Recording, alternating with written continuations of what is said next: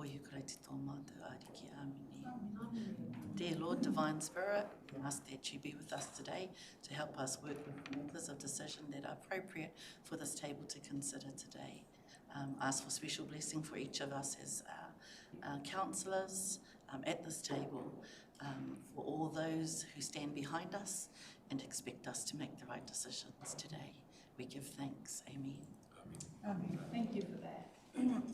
Okay, I have an apology for Councillor Ria for lateness. She will join us later. Moved by Councillor Wharehinga, seconded by Councillor Kapu. All in favour? Contrary, carried. Any declarations of interest? Please remember, if we do get to an agenda item and you forgot to raise it earlier in the meeting, please let us know. It is really important. Let's all go to page 5. Those are the minutes of our previous Finance and Performance meeting. They were sent out by Dee quite some time ago. Can I move those as a true? Thank you. Seconded by Councillor Forrester. It's not a good start if I start now. Moved by myself, seconded by Councillor Foster. All in favour? Carried. Pauline, do you want to do a quick talk about this? Yes, sure. So we're on page 11, councillors, was the register, the completed information asked for by a councillor, and the information is there. Yeah. So as it said, there was a note within the financial set of accounts for the 31st of December around what was the capital expenditure under the category of commercial property. So we've put that in that table exactly what makes that up. So it explained to you there. And then the professional services, it's just again reiterating what they are when we declare and we actually itemise that separately, the professional services at the annual report time, but it's just reiterating what it makes it up. Thank you. Councillor Cranston. I may be wrong, but I thought there was a question around the community housing in that question. I didn't. As commercial property, yeah.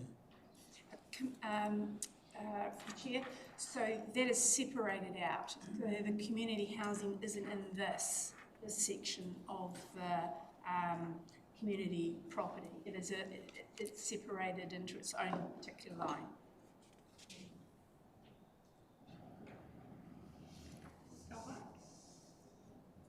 Any questions or questions of clarification?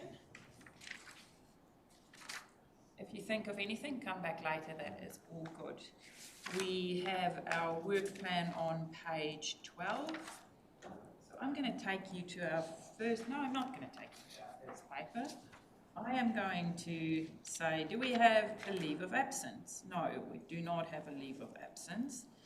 Any acknowledgements or tributes that I'm aware of? So next, is our public deputation ready? Tairāwhiti? Yes. So good morning. I welcome Andrew and Jennifer here today. Welcome to the Gisborne District Council. Thank you for joining us online. And just for councillors, you can see the submission from Alcohol Health Watch. You can see it on our agenda page 73 and 74. So without further ado, Andrew and Jennifer, I hand over to you. Kia ora, morena, Council. Thank you, Your Worship and Councillors, for the opportunity to address you this morning. By way of introduction, ko Andrew Galloway, tauku ringawa. I'm the Executive Director at Alcohol Health Watch, and I'm joined virtually by Jennifer Lamm, who looks like she's having some technical issues, but we'll carry on.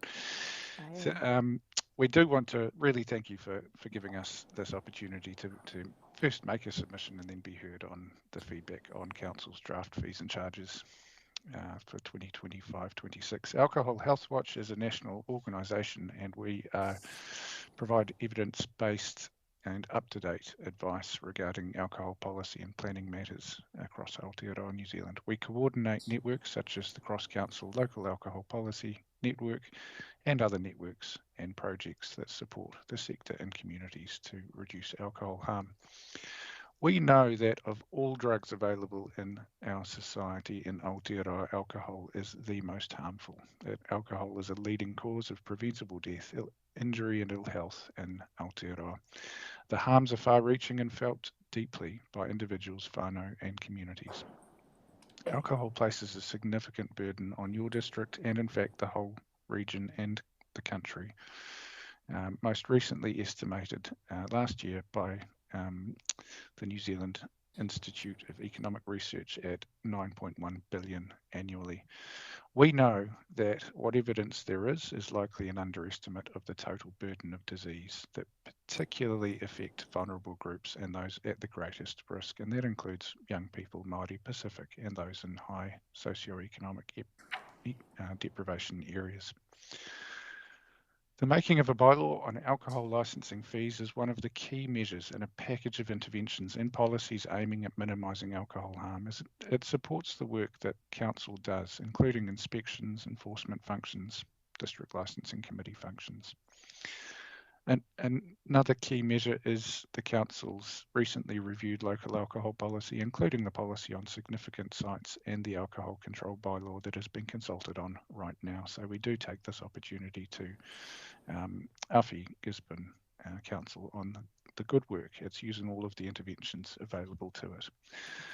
With the licensing regime, local government do play a key role in promoting the social, economic and environmental and cultural well-being of communities, and in supporting the system of control over the sale and supply of alcohol. The alcohol licensing regime is an important component of that system of control. It can create safer environments and significantly minimise rates of hazardous drinking and subsequent alcohol harm.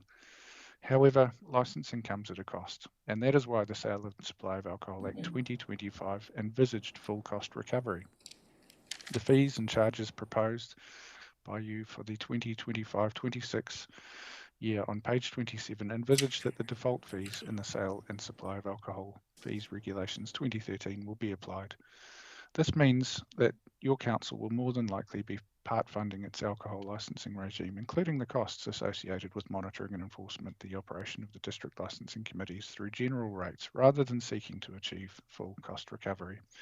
Therefore, our submission to you this morning is really to encourage the council to consider making a specific bylaw to cover the actual costs of alcohol licensing in the district as far as is allowed. An alcohol fees bylaw is a logical option for the council to make a specific bylaw to cover the actual costs of alcohol licensing in the district. We don't believe that the 2013 regulations have kept pace with the costs incurred by councils. We don't think that'll be covered for the foreseeable future, given that the regulations are well overdue for review. The council's setting of realistic fees to cover the actual costs of this service would meet the policy objectives of the licensing regime, namely to recover total reasonable costs incurred by the council administering an alcohol licensing system, to ensure that those who create the greatest need for regulatory effort bear the commensurate costs, to allow the local circumstances to be reflected in the fees paid by operators and income received by council, and ultimately to minimise alcohol-related harm to the extent that this can be achieved through a cost recovery regime. An alcohol fees bylaw offers a consistent approach with a growing number of councils using their bylaw making powers under the Sale and Supply of Alcohol Fee Setting Bylaws Order 2013 to set fees, and many seeking full cost recovery. In summary, we encourage the council to consider making a fees bylaw that reflects the actual costs of the council's alcohol licensing activities. Thank you, members, for the opportunity to be heard, and I welcome any questions. Kia ora. Thank you for that, Andrew. Any questions of clarification, councillors? There's also the written submission. Andrew, it doesn't look like we have any supplementary questions. Thank you for your time. Thank you for your time, Jennifer, and we hope you have a lovely day. Thank you. Thank you.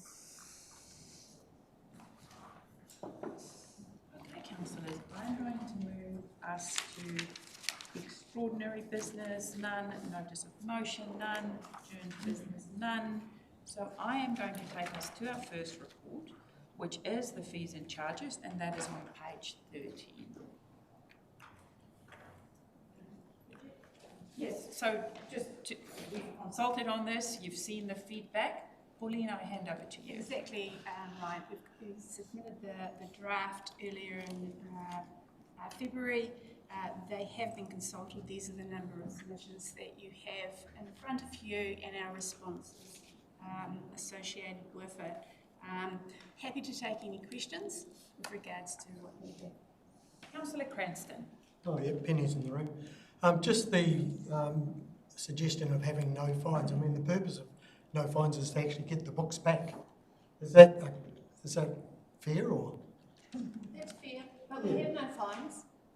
Yeah, but do we get a lot of books not returned? No, not any more than when we had fines. Okay. Yeah, that's fine. Which is kind of less than 2%. Oh, that's good. Yeah. Page 13, 1-3, so that is our first report. Any more questions? We've been through this, then send it out for consultation, so this has just now come back for adoption. Any questions or queries? Thank you, Councillor Foster. Seconded by Councillor Wharehinga. If there are no more questions, all in favour? 1-3 carry. Thank you for that. And thank you to the team for getting back to submitters as well and clarifying the queries. I also enjoy the bits where we benchmark and show it is consistent with what the function cost across the board. Now I'm going to take you to the most riveting papers, page 76. So the next few papers are part of business as usual, which we take a look at every now and then. Can we give a quick 30-second summary, Nadine, what BOPLASS, what the value we get from being in there and what they do on our behalf, because it's a really extensive report, but at the end of the day, we join them because we see value in what we receive. I can give it forward, Nadine, if you like. Yes. Because she'll probably know more of the next one more than me. No, that's perfect. So, and as you've stated, the next three papers are a council-controlled organisation. By the very fact that we have a minimum amount of shares, we have this information to us. The first one on the agenda is BOPLASS, the Bay of Plenty, where a number of our councils are joined together to actually have benefits from the property better buying. And the most of this one that has the better buying is with regards to our insurance policies. There are significant savings that we actually have with the group. It also allows us to have enough of assets to be insured for underwriters to actually take us as a whole. By doing it on our own, we would not. So that's predominantly the benefit of belonging to BOPLASS. But happy to... Thank you, Nadine. Thank you, Pauline. So annually we get a report on the savings that we've achieved through BOPLASS, and for the 2023-24 year we had 250,000 $49,388 worth of savings from mainly insurance, but also some other admin, back house support. And since the time we've been involved in BOPLASS, $3.2 million savings. So it's pretty low maintenance in terms of the CCO. So it is with our other Bay of Plenty partners, mainly as Pauline said, is around the insurance. So the requirement we provide meetings every 6 weeks, check in, look at other services that might happen, but primarily it just ticks on with insurance savings. So it's that economies of scale which then gives us value for money. Any questions or queries? Councillor Foster. I've just got a question, and it's not really. Can I ask that everyone speaks up and use their outside voices? Okay, I see one of the initiatives is solid waste removal, regional solid waste removal facilities. Do they have one at the moment in my opinion, solid waste, regional solid waste facility? Or is it something that they're trying to aspire to? Not that I'm saying that we should be doing that. I was just interested to see if that's an area that they're doing good for plenty, but.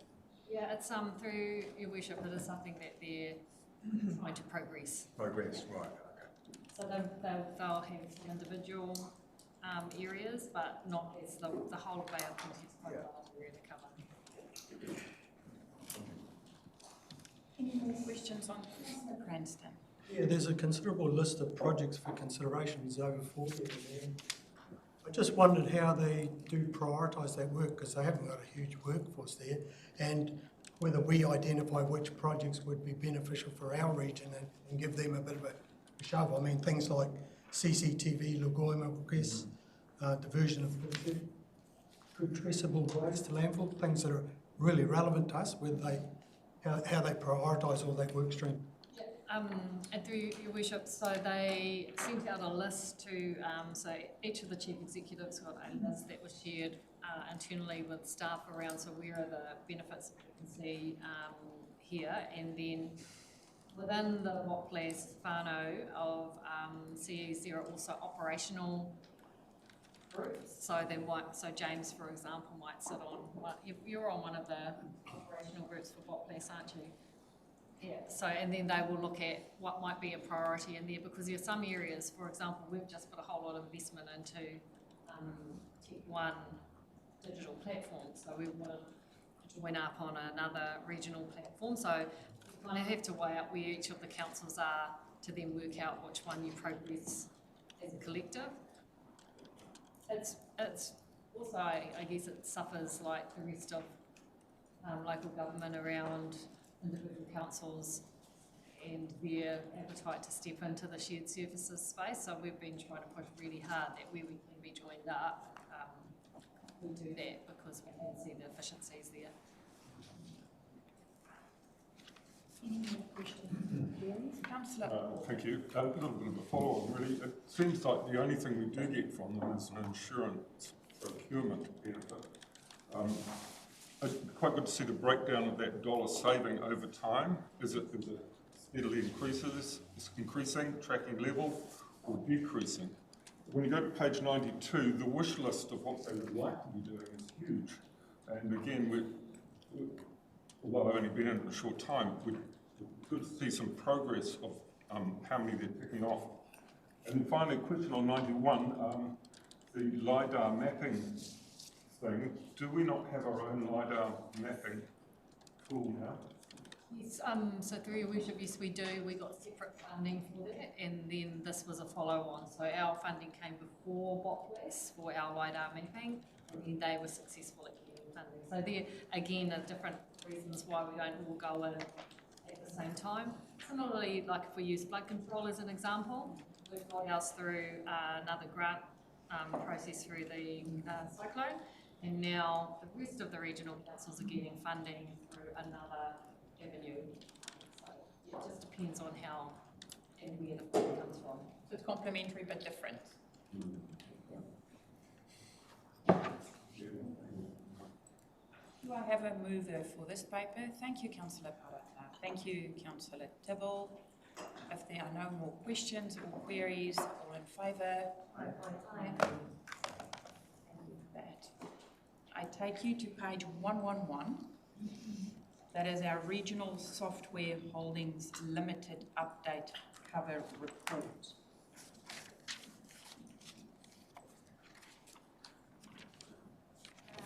Just to reiterate again, just a similar as before, shared services associated with it and the benefits associated with the amount of it have is a minimum shareholding, which is one class share. So a minimum, but their benefit to be able to link up for shared services.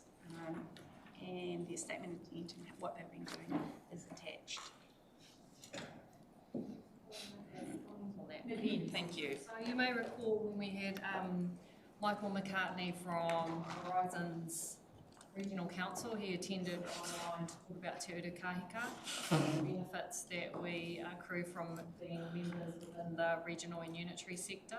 So this RSHL is that group that we are part of that is supporting a lot of the work that gets delivered out of Te Ure Kahika. Any questions or clarification or? Happy to move. Just one question I just had on Councillor there. Telfer. One question was around, let's find it. Is $500,000 paid to do with the Ministry of Inquiry? Is that correct? That we paid them? There was, through your worship, there was funding that was provided from MFE into RSHL that then got provided to us by a contract. So that's MFE funding, and they use RSHL as a vehicle to then distribute that funding out to councils. Okay, so that came from them to us? Not from us to them. No. Thank you. You. Clarification.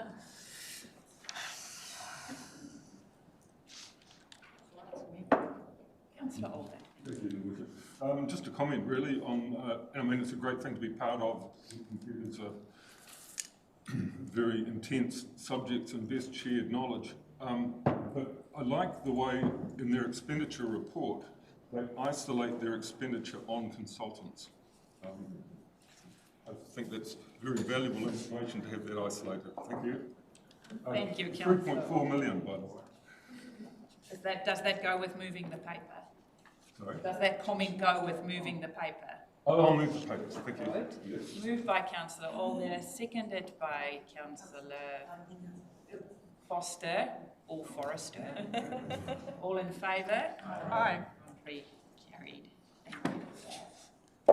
Okay, page 202, Local Government Funding Agency, which is going to become the bestest friend of all councils in the next while as we talk about our water services.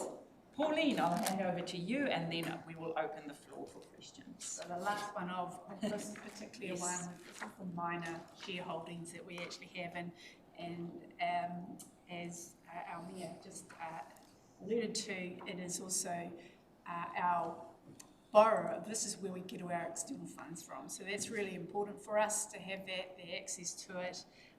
They allude how they've done in the last little while, how they are actually ready for the next stage of local water's done well, and it shows what they do, where the costs and borrowings are for it. But pretty much, as a shareholder of this and access to these funds, it is a good background information for you.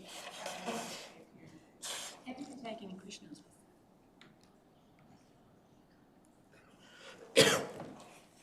Councillor Thompson.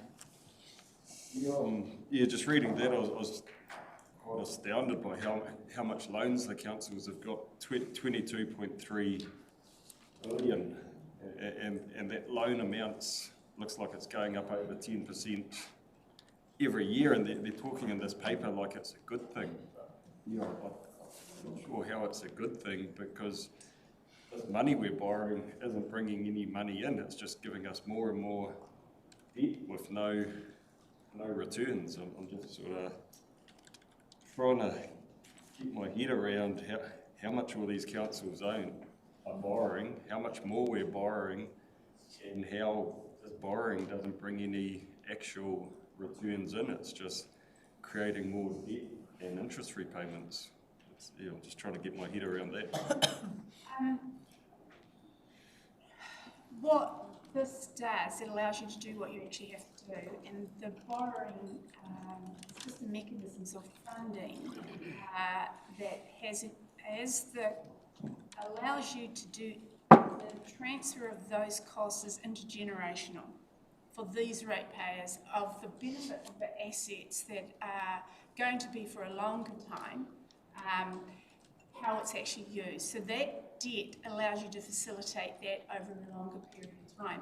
If you were to only, say, raise it on the income that you're actually having come in, that means the amount that you actually can do when assets are 100 years old, has a 100-year life, and you're not spreading those costs. It means those ratepayers of today would be facing all of those costs. So debt funding is that mechanism to spread those costs and reflect fairly over the time and the period of the services that are likely to be held by the communities. Also called intergenerational. It is exactly right. The other parts, what they alluded to in here, councils themselves have perhaps the shorter term in debt.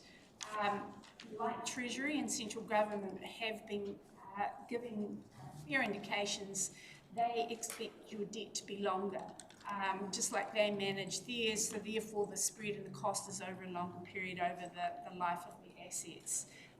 And this is really trying to move into that space. How long and how do you spread those costs, which actually aligns to the wear and tear of those assets over the period of time. So rather than front loading it on the ratepayers of today, when there's a significant benefit for the ratepayers of tomorrow, you use your facilities of the borrowing to do that.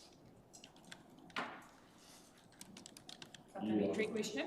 Yeah, just a comment. I sort of struggle with that. It's like you're sort of living outside your means. You're just borrowing, and it's got to come to a point.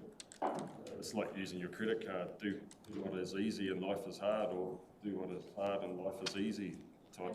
You can have that same saying, well, then you should not be able to buy a house. You can't take out a mortgage because you can't afford it. You're talking long-term benefits. So you buy a rental property, you might have an outlay, but then in the long run you're going to win. You're in this scenario, in the long term, you're getting worse and worse off. But you're building stuff that the communities and communities of the future use, though, and they pay for it over generations. You don't want to pay for everything. If it's a 100-year lifespan, you need the next 100 years to pay for it. So it's... Yeah, they're true, but you also have, when you say you can't, it's not within your means, you are doing it completely within your means. There are measures and benchmarks that you actually have, and it says what is the percentage of interest rates over your rates revenue, what is the percentage of interest rates over your total revenue, and that is the measures that you must be within. So that is your proxy that you are actually managing the expenses within your. So it's not without open-ended. It is actually one of the councils is one of the most highly regulated areas in terms of prudent financial management and the oversight associated with it. It is not a blanket checkbook to do it. You have to be within those measures to manage all of your financials prudently for not only now but also for the longer term. I saw another hand. It was mine, but I'll just ask it. So I understand that's what did we call it? Intergenerational equity. I love that, intergenerational equity. It makes sense to me. My question is around our choices to maintain assets and our choices to upgrade assets. So does that theory or that approach apply over both those kinds of approaches? So maintenance would just be doing the bare minimum to ensure that it doesn't break down. Upgrading would be further investment. Does that still apply? Like we would still be thinking if we're going to do a major upgrade to any of the major assets, infrastructure assets that we have in the region, does it still apply? We would be intending to spread it over multiple generations to pay that off fully? And will there ever be a time where council will be out of debt? First off, you look after your assets in terms of the operating costs and how you may need to do that. And you manage that where it needs to be replaced, just like if you're replacing your car or whatever parts of that within, or we have it as your asset management plans or your infrastructure strategy. So basically, that gives you the long-term aspects. How do you manage that? How do you take that into account? What we usually align with, if you're replacing like for like, we say that's probably within your overall operating costs. If there is a need because there's an increased level of service, because there's a new development or whatever that happens, or perhaps, that's growth, or if there is an increased level of service where you didn't have before but you wish to have it, then that's usually loan funded. The rest of the things you say, you would raise an additional loan for it because you didn't have it coming in for before. So those are the differences. Normally operationals, replacement of computer, whatever it comes through from the wear and tear of that assets that you've provided, which we call depreciation as the proxy for that. And it's just in, out for those kind of maintenance. It only, as I say, where you kind of go into the loan funding is for when it's a difference from where it was before, an increased level of service or both. Okay. Any other questions on the outcome? Thank you, Councillor Karakia. Seconded by Councillor Gregory. If there are no more questions, all in favour, contrary, carried. We're moving to the museum. Are we expecting Michael o Tapunga? No?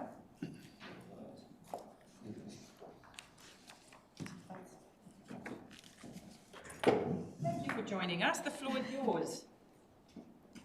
Morena koutou, sorry about the little glitch before when I wasn't expecting to answer a question. The museum report at Oho Mai, it's a wee bit late. It's normally in November that you receive the annual report, but we're quite particular about having audited reports too. So we waited till it was audited.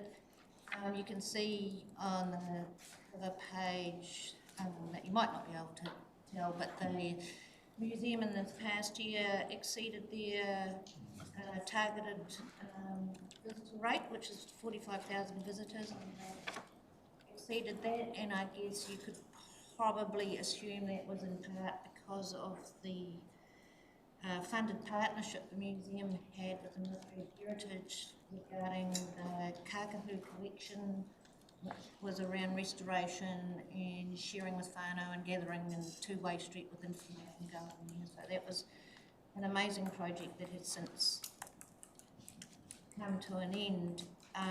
You will also notice in the report the makeup of the trust. This is that council has a vacancy. Council has two appointments on the trust, and there is a vacancy, so we'll be going out shortly around that one. I've had discussions with the chair Okay, about that, so I did text him last night because I had no formal notification. Yeah. So we had discussions at the Christmas party, and only last night when I read the papers, I remember that he mentioned it to me. So I will just reach out to him and just get the thoughts of the okay, you cool. Yeah. Right. Yeah. So I'll follow that up. Thank you. So, yeah, so the rest of it, if there's anything you're interested in, I'll do my best. Oh my goodie, look at all the hands, everyone waving at me.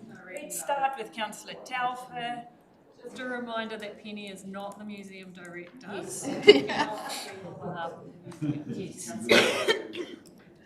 So we're going to start with Councillor Tairāwhiti, then Councillor Foster, Councillor Alder, and Councillor Gregory. Thank you. The floor is yours.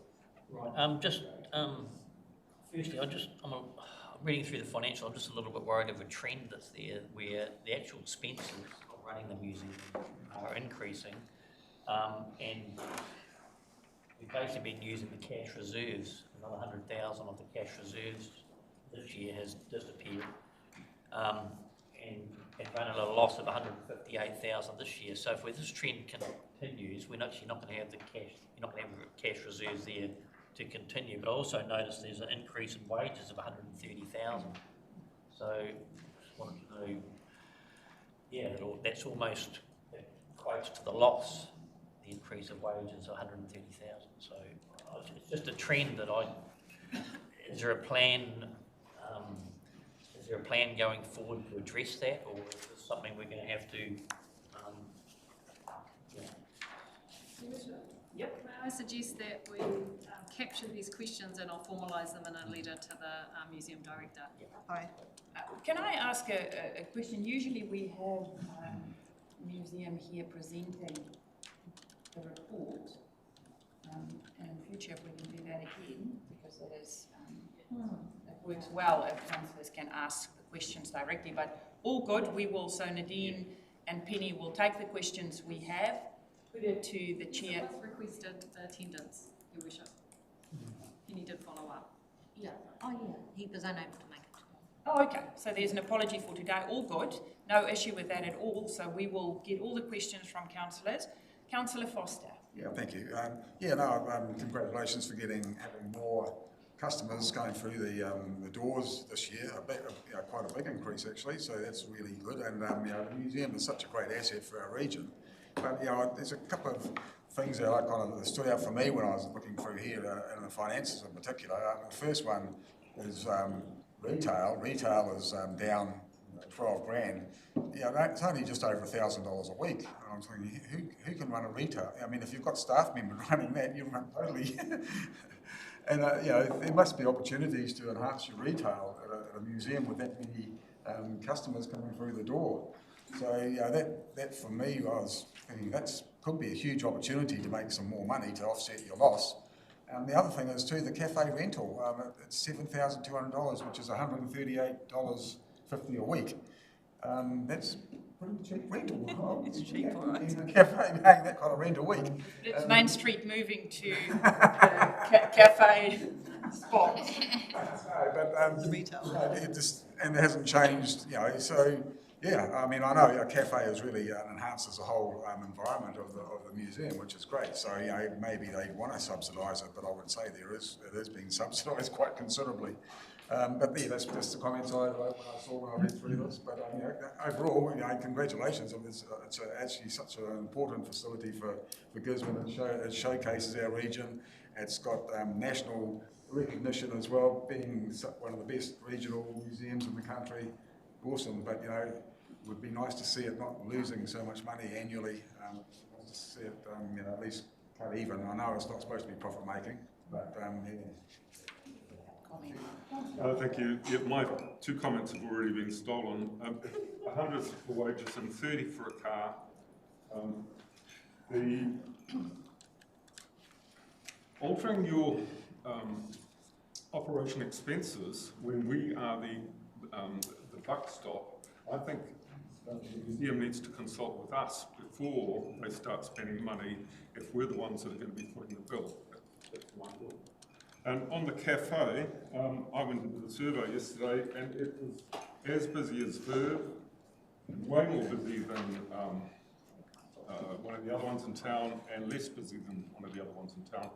And I guarantee all town cafes will be paying a hell of a lot more than 130 a week. And should that, I know we're not supposed to be telling them how to run their business, but shouldn't that be tendered on at least a couple of years basis? That cafe? It's a captured audience, as we can see, and yeah, interesting to know what that cafe makes. That's me, thank you. Thank you for that. I had Councillor Gregory. Oh, we're just going down this lane. Councillor Gregory, go for it. Thank you. The cafe, there is cheap rent, but it's a new contract and they've made a huge difference to the museum, and I go there a bit with my grandsons, and it's a great cafe, so it's nice to have that there and to know that it's there and that it's open and that it's got good kai. But my question is about the key objective in the thing from the chairman on page 263. he talks about the key objective this year was to renew the museum's lease and negotiate a new contract for services. I recall issues with the roof leaking back a few years when Galloway first was on council. I'm just wondering if that leaking roof issue has been resolved and what is the hold-up with the with renewing the lease and negotiating a new contract. Sorry, what was the question? Renewing the lease. The roof. So sorry, so through your worship, we have sent several requests to follow up on where the signing of the leases, and so we are waiting until that lease is signed before we put any further investment into the roof, because we haven't got any agreement with them. Oh. So when it's signed. Oh, so we're waiting for the museum to sign the lease? Yeah. Oh, and also, is the roof still leaking? On occasion. Okay. Depends on the wind really. Councillor Pahuruhuri Wai. Thank you, Penny. Thanks to Tapunga for the report. Gregory asked my question about the lease, but I was also interested. No, it must have been late last night because that figure that was 3 numbers is now turned to 2. So 2 a.m. my question has gone. That was around the term of the lease, which I thought was a 21-year lease. For some reason I thought it was 211 last night, but it was late. So 21-year lease. When is that? So that's up. We're waiting to renew that. Right. And I just want to thank the museum. Yes, you asked a question about the car, Colin. They have come up to Karakia. They need a good vehicle, as you know, on our roads. So they are doing I know that they're doing outreach through the whole region, not just here in town. And they've done, in terms of some of the mahi that they've done with us, taking really good care of taonga that have been found on one of the stations there. So I want to thank and acknowledge Tapunga, Taha and the rest of the team who do their best to make sure that it is an inclusive service and an equitable service for the region, not just for here in Tairāwhiti. But also appreciate the effort that goes into the exhibitions, the engagement with mana whenua and with the artists who participate. And there's always a good representation of artists, not just from Tairāwhiti, but from other parts of the region. So, yeah, I hope we can work through. I do agree with the cafe being very cheap rent. I do agree that the cake is wonderful, and so is the coffee. And that maybe that's an opportunity to recoup some of the costing that the other councillors have raised. Yeah, so that's me. Thank you.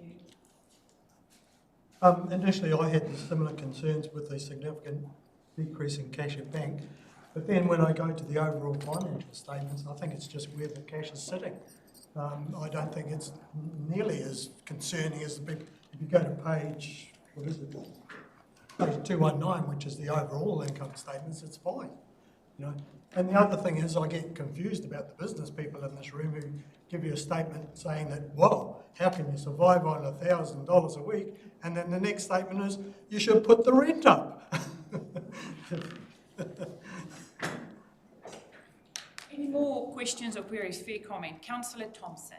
Yeah, mine was along the same lines as Rob, where there's a 47k deficit in 23, and then in 24, the year 24, we gave, council gave an extra 40k to make up that deficit, and then there's a 159k deficit. So in reality, it's really a 200k deficit because we increased our grant by 40k the previous year. So yeah, again, it's just it's a trend of sort of living outside our means, really. Like, this is the money you've got, this is what you should sort of stick to, where we just seem to be spending. Thank Councillor Thomas. Councillor Ria. Thank you, Your Worship. I just want to, so some areas of the museum itself has been acknowledged. I want to acknowledge the education sector of the museum, like lots of, being an old teacher, previously a teacher, I still have a lot of friends who work in schools and they just comment, their students comment about the level of service and engagement that the tamariki get participating in the education programs that are run at the museum, on-site and off-site. Sometimes they do hikoi, sometimes they go in for workshops, but that's a program that runs all year. And if you spend a bit of time in the cafe, like Debs does, during the week you'll see those school groups constantly coming and going. So that's a service that isn't offered anywhere else here in Turanganui-a-Kiwa. So I just wanted to acknowledge that part of it. I just wanted to also that as the governors of it, I feel good to offer suggestions, but I'm really cautious about telling another organisation how to spend their money. We are not experts in the functions of the museum and their responsibilities. I feel good about advising them that maybe this, maybe that, but telling them how much they should charge their tenants and being descriptive, that is red tape. And we've talked about so many times about how red tape has been so disadvantaging. We also need to consider that we're still in recovery, all of us, the museum, the businesses, and I did see that in the report that yes, they are at a deficit, but I do see different areas where it's actually building back, and I prefer to see the building back of relationships, attendance, education programs, because I know eventually that will turn around the numbers. So I just wanted to put that out there, and I will move the paper. Thank you. Councillor Wharehinga. Thank you very much, Your Worship. I'm happy to second the paper. I mean, I completely understand the money concerns from around the table. And kind of, if you'll indulge me to use an example, right? It really links to the value of something like a museum to our wider community. And if I'm able to use an example of my own daughter who's a musician, right? And we got funding to record some of her stuff. But a lot of her, the cost of her being able to perform and weave the magic, the supreme magic that she was able to do, actually came out of her dad's pocket. In regards to the museum, we're the museum's dad. And some of that money, in order to be able to keep that thing that our community loves, needs to come out of our pocket. And it depends on how much we love and value the museum as well. In the same way that I love and value my daughter's music, you know? I think we also need to remember, yes, we're in charge of the dollars and how that's spent on behalf of this community, but we're also in charge of the things that a lot of our community love. So again, it would be really great if we also focus those parts as well in regards to some of the decisions and the conversations that we're having. So you're happy to second this paper. So I want to take the opportunity to formally, on behalf of Council, thank the museum, the board, Tapunga and his crew for what they do. We do have an absolute little gem sitting there, and I'm sure everyone will acknowledge that they are under the same pressures as all of us are, not only personally, but also in business, insurance, costs going up, electricity costs going up, trying to do a lot with not a lot of money. As a mom who used to drive the kids from school, you need the mom buses to take the kids on these excursions. I went on many of those museum trips when my boys were still at St. Mary's. It is a beautiful, beautiful experience for them. And then also my parents, every single time they come here every second Christmas, my mom's first thing is, let's go to the museum. She loves it. There's always something there to see. I have been down that boat with the boys, the little boat downstairs, hundreds of times, but there's always something new, something exciting. In the last year, I've been to several exhibitions where we get people from out of town, but also local talent. And that gives all of us the opportunity to attend something which you would not have, and it's free for us as well. So I do want to give a big shout out. They make a mean coffee as well in that cafe. It is always great to see people coming and going, but most importantly, they house my mayoral robe. So thank you to them for looking after the mayoral robe on behalf of all of us. It's such a fragile item now. But they do look after a lot of taonga in our region, and I do want to, on behalf of us, Penny, please ask us to write them a letter when we ask these questions as well. But just thank them for the wonderful work they do keeping that little gem going. So I've got a mover in Councillor Ria, a seconder in Councillor Wharehinga, and a question from Councillor Tibble. I wanted to refer to page 294. 204? 294. 294. My question is, can we have an explanation of what's expected? You'll have to speak up a bit. I'd like an explanation in the unused donations and grants with conditions. What will be happening to them in the future? So we'll pose that question to them. Yes. So unused donations. $1,359 worth. I can probably answer that one. Okay. So I can just, looking over Pauline's shoulder through the chair, I can see that those particular projects crossed over 2 financial years. So like the one from the Ministry of Culture and Heritage, that's the Karakia project, and so that's gone over 2 financial years. That is now finished, but we're in another financial year. So that's why they're unused, tagged 2 projects. Just for the clarification, and it's not my account, but I would presume that this is the case. The additional cost which you had identified with the employee cost was for a collection, and they obviously received in the previous year the unused collection in their bank account. They used it to actually do it within that particular year. So it's just the transfer why the bank account is holding in there to actually do the work within 2024. So I don't think there is significant differences what you're actually seeing within the Assembly accounts. They're just managing it over 2 financial years with the funds that they've actually got. As a supplementary then, it's just actually an accounting mechanism that we're seeing there. Pretty much, yeah. Have they been used or are they not? And they're going to be used in the previous year. Yeah. Thank you. Okay, all questions asked? All in favour? Aye. Carried. Thank you. Thank you, Penny. Thank you, Pauline. Okay, councillors, we are going to go to page 301, financial reports. So now we're moving into our stock standard reports, and then we will spend some time on our 6-month reporting at the end. So let's quickly, before morning tea, we will take this.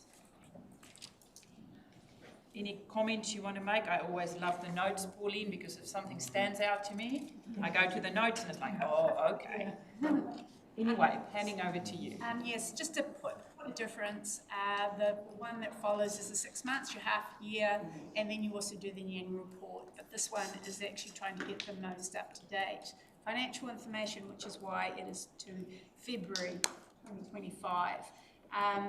Most of when we set our, this is the first year of the 3-year plan, we set that back in December 2023, and at those particular times we were making an assessment of what our recovery works would be over a period of the next 3 years. Of note within that, we said at a very, very high level that there would be around about 65 million over each year of the plan to doing the roading works. We know that as we progress within that, especially the construction works will be a phased approach, and when you do that, there are a little bit of a variances from when we said that we were going to be doing the works and then the actual plan.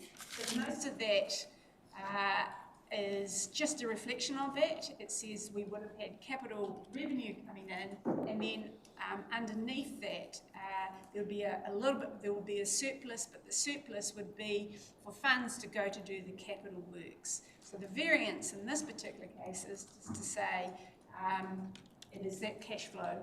It is not actually a true variance. The works will occur over 3 years, but it does cause accounting variance at this particular point in time, just due to the mostly the roading schedule of program. Happy to take any questions with regards to the set of accounts at this 28th of February. I've got Councillor Telfer, Cranston, Forrester. I'm just checking to see if everyone's awake.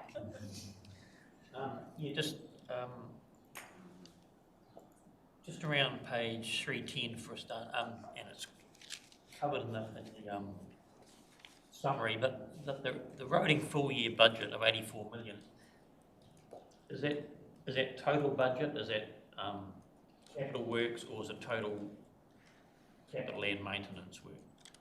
Capital only in that part of this. Capital only in that part. Yeah. So that's expected over the 3-year plan? No, this is just 1 year. Right, so it's just 1 year. Yeah.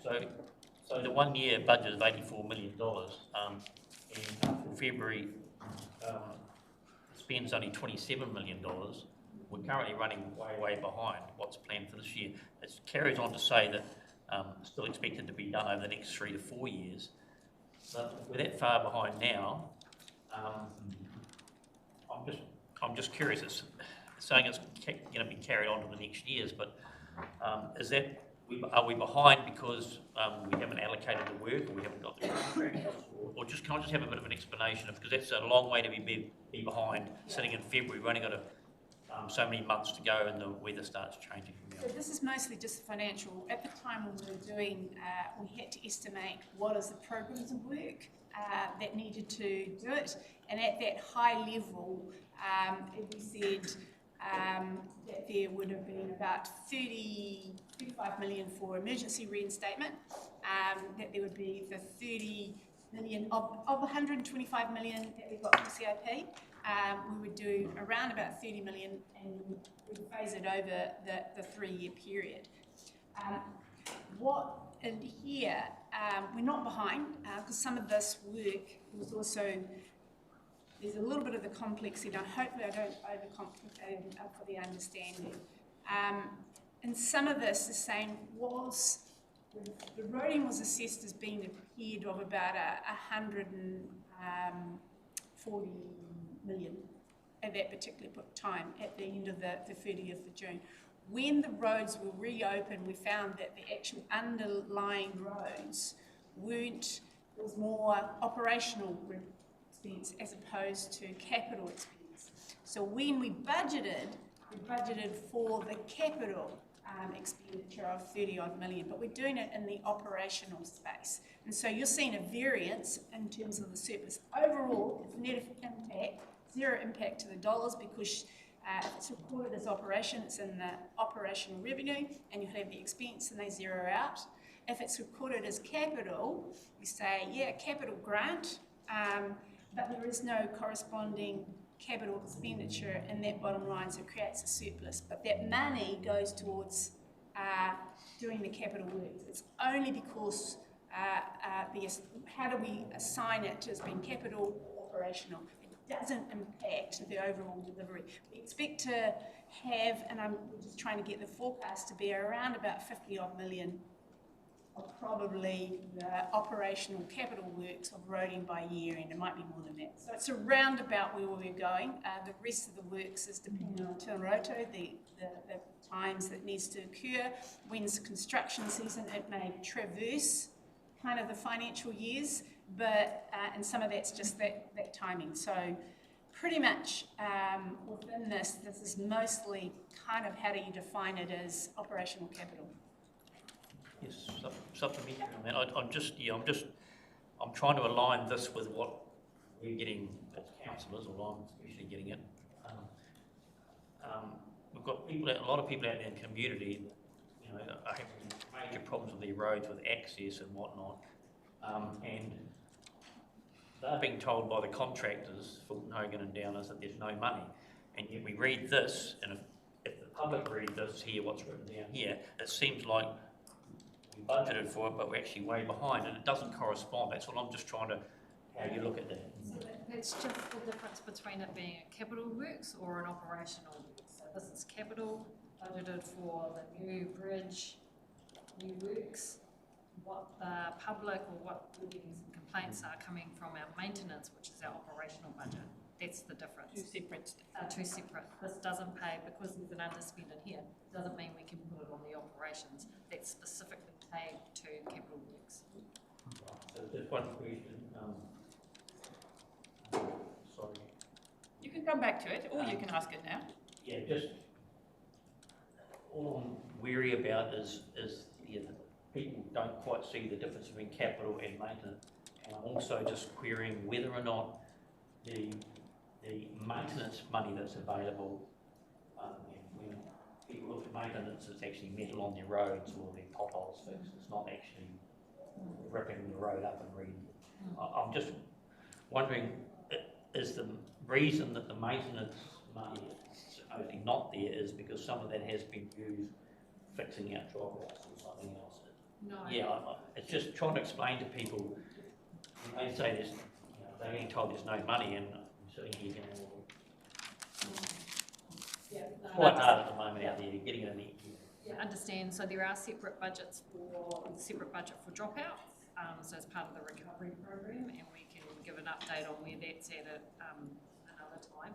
And then I'm not sure how much we've actually put aside in the maintenance budgets for the 24 this financial year, but that's correct. What the contractors are saying is that there's been a lot of work that's been done, so we are running on as we're heading into the next financial year for maintenance, the operations. Just to add to that, the maintenance, which there is a bit of operation and renewals, that's the renewals kind of the budget which we consider as business as usual. We have around about 28, 29 million associated with that, the total amounts. NZTA gave us an approximate, a little bit more than that, 34 million. We will be using all of that by year end, and we could use more if we had more. So basically that BAU, and when you say is there enough money to do what we actually need to do, that's that pot. Where these others ones are particular funding associated that arose from Gabrielle.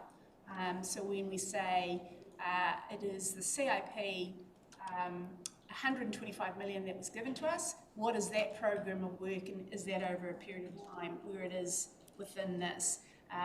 BAU, quite right, it is used in all of that plus more that they possibly can do for the work that they need to do on the road. So can I just ask one question, when we are looking forward over our 3-year plan and rebudgeting, because obviously these figures were put in at the start, and each year going through we're going to be rebudgeting. Can we have a really good look at that, because we agreed around this table that our 3 priorities were going to be roading, compliance and water.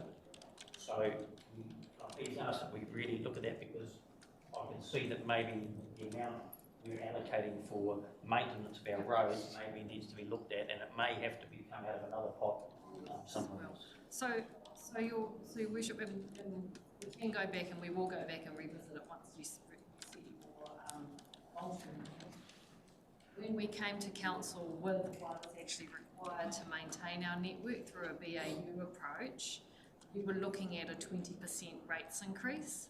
So we already know that we're short about $20 million over the life of our plan for our local investment, our local share into business as usual. So we were never going to be able to meet the level or the expected level of service that the community wants to have, that there were going to be trade-offs in order to keep their rates increase down. The gap is so big in terms of what's required to adequately maintain the totality of our network as it stands, that we then had to work to bring it back down into a reasonable space. But we are happy to bring all of that back on the table, so you get the numbers and you can see the kilometres, cost per kilometre in terms of maintenance, and we can make that informed decision again. Okay. You've asked so many questions that I forgot who was next. I'll wait any more. You can ask more. Councillor Foster, then Cranston, then Ria, then... You know what? I'm just going to come around here because I now see hands coming Councillor Foster. Yeah, just on page 305, the development contribution, development and financial contributions. It's quite a lot on the budget, and there's a couple of things couple of questions that I have asked. Is our budget based on last year's figures? Is the budget that we set, is that based on last year's income from development and financial contributions? Or no, it's based on what known the probable developments that were in at the time of setting the 3-year plan. And when we were trying to phase, when it's like, when we expect them to be phased and when it will be seen. So it was based on that information. It was based on the new prices that came for the development contribution for each of the amounts, and then it extrapolated out. So that is basically of non-developments. Right. So the reason why it's down, is that because the building sector is quieting down more than what we anticipated? It just maybe the timing of those developments may come more into the next year or whatever, but we can have a kind of review of what we said the numbers would be against what we're actually getting, and have a bit of a because if you look at the end of year budget, the full year budget, and where we're at the moment, we're only, we've only got a third, and we're over halfway through the year, through the financial year. And so, Thank you, Your Worship. Mine is really just for clarity. I'm so glad that I understand CAPEX and OPEX.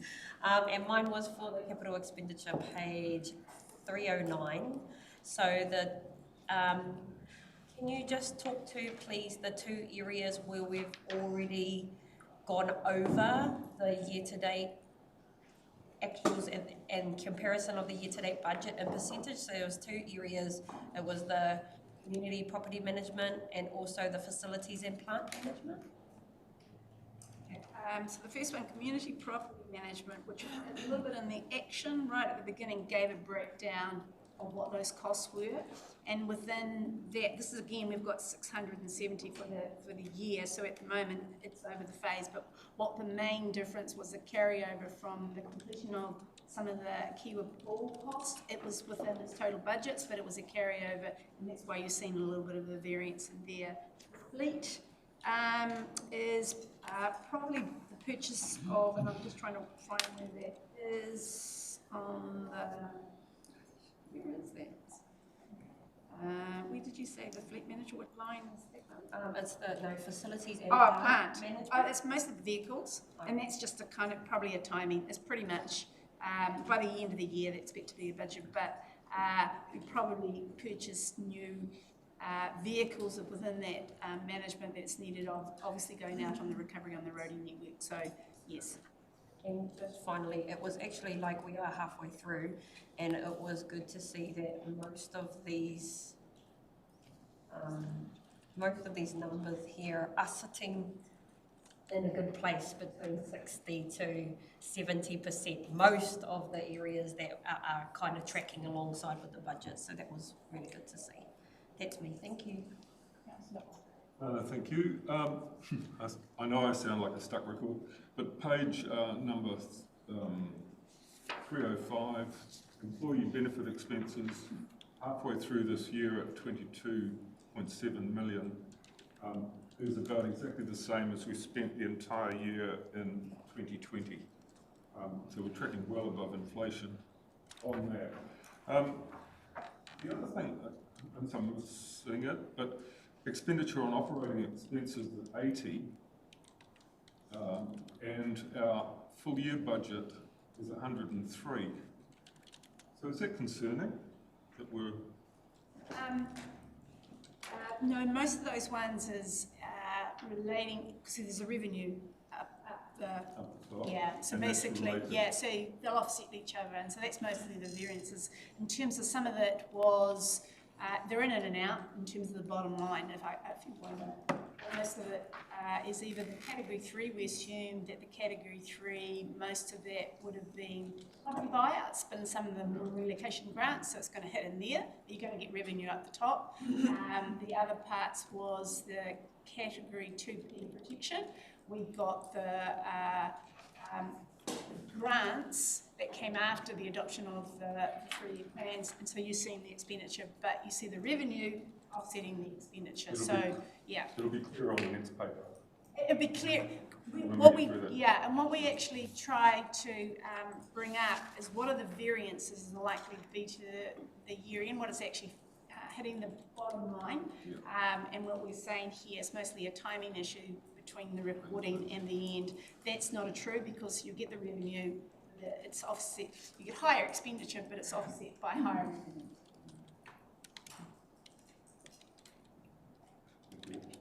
Councillor Greg, were you hand up? Councillor Pahururiwai. Thank you, Your Worship.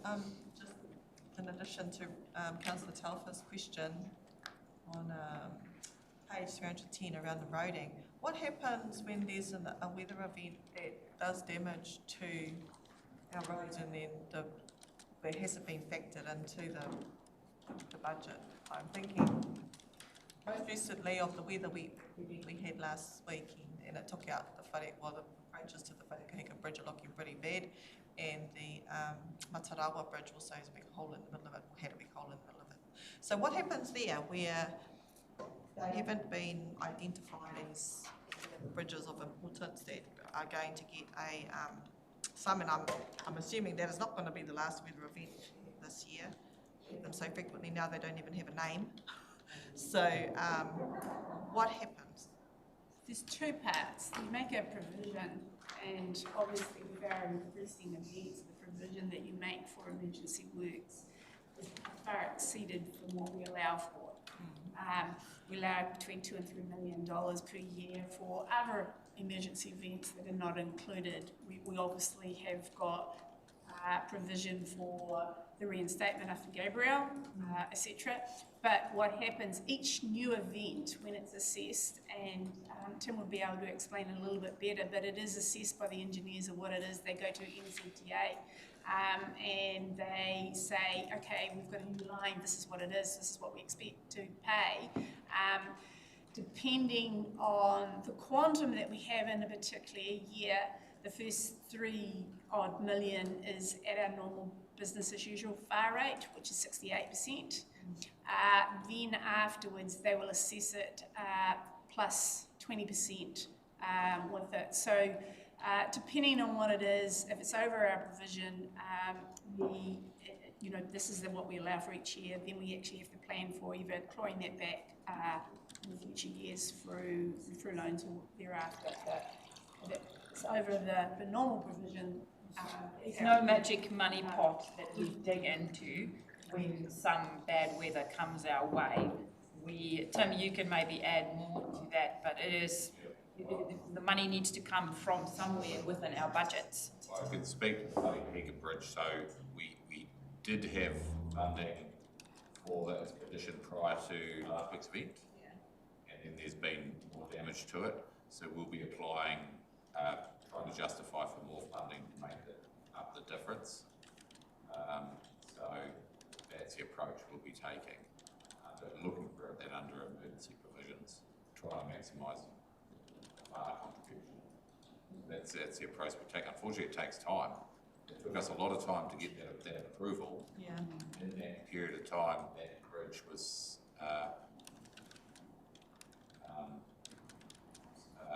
open to this event happening, which is what happened. So, yeah, not too sure of the way through that.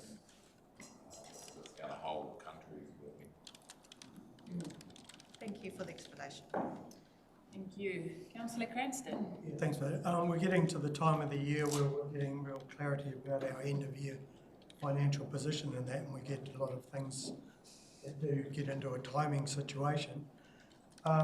2 points to the question. The first one is we will need to do carryovers into the next financial year, and we usually get a paper on that to see the quantum of that and that. And the other issue with that is the quantum such that it will put the 226 at a capacity that it gets difficult to do lots of work. So is there going to be a lot of carryover work? That's probably a Tim question.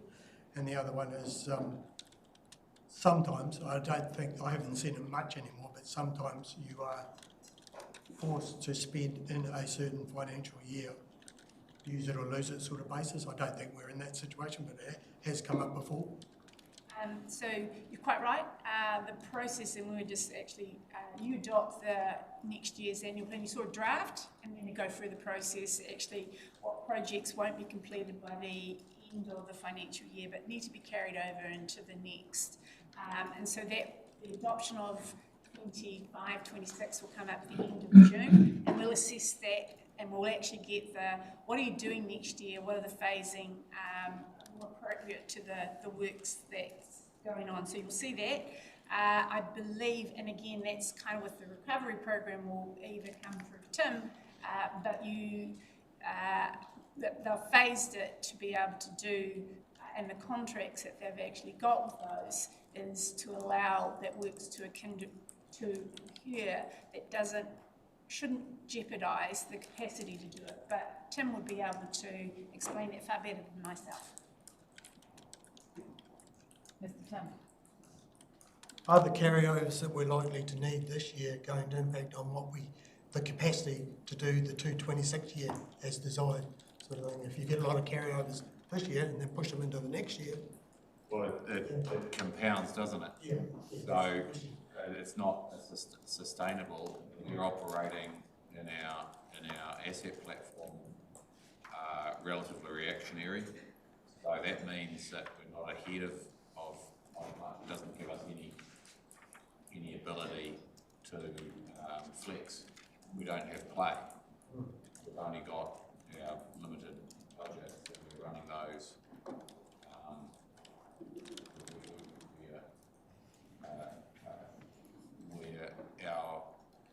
Our assets are not building in resilience really, they're actually going the other direction.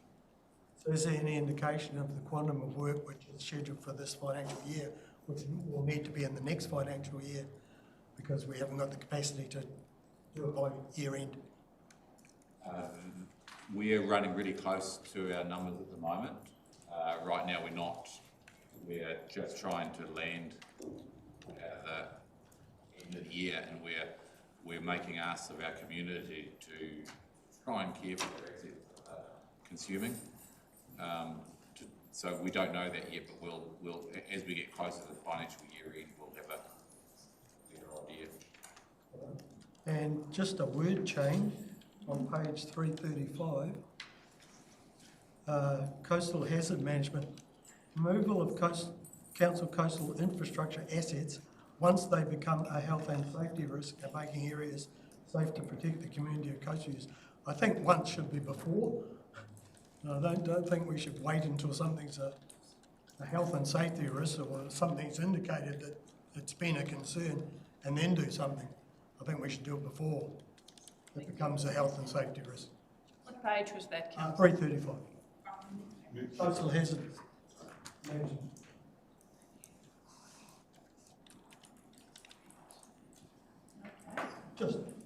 It just didn't make sense that, something's happened, it must be a health and safety risk, we better do it now. Okay. Councillor Thompson, did you have your hand up? Councillor Tibble? Any last questions? Councillor Tairāwhiti, the floor is yours, mate. Like a broken record, isn't it? I'd just like to go to page 313, to the graph that's there. Just on the expenditure, capital expenditure, and the forecast was 160 million.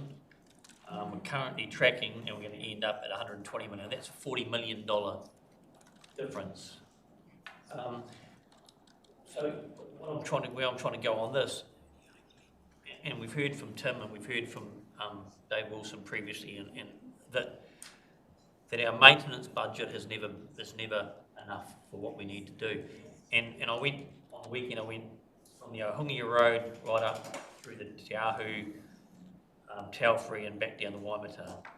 And some of the work that's been done up there in the state of the road is pretty good, and the drainage that's been done, and to me that hasn't been done for a very, very long time, those drainages. So is it time, and I take into account Councillor Thompson said before about borrowing money for future generations, but is this a time we have to have a serious look at it, maybe capitalising some of that money to get these access roads up to speed for the future, because the ability for people to live in these regions, and they have invested a lot of money over the years, and I'm talking about even the forestry guys who have invested a lot of money planting, waiting for the day that they actually going to harvest those roads, and we tend to be in a state where they just start harvesting the roads and the roads fall apart. So, and we're talking about borrowing capital money is for future generations. This is a classic example. So maybe it's something we do need to look at going forward. Thank you for that observation. Are you waving at me or do you want to speak? Speak. Yes, sorry, if we're up to page 348, I did have a question. We don't. That's the last paper which we'll do after morning, and I'll break it down into sections if people have specific questions there. Any more questions on this specific paper?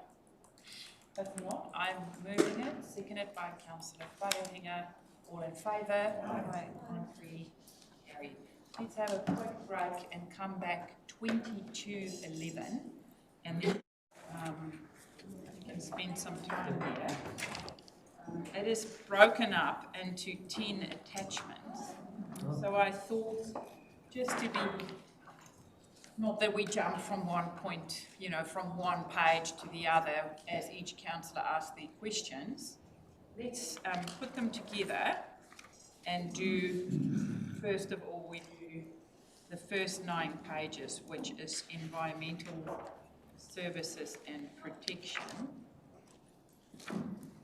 And that takes us from page 317 to page 325. So that first section, so that's environmental services and protection. If you don't have any questions, please feel free not to ask them. Councillor Pahuruhuriwai.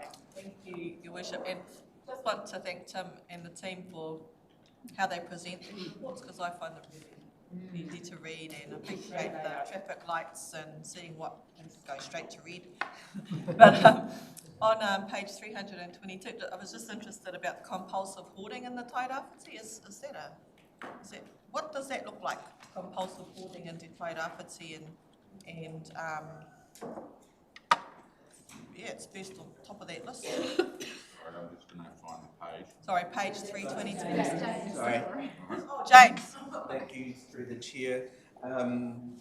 It doesn't look good in my headline.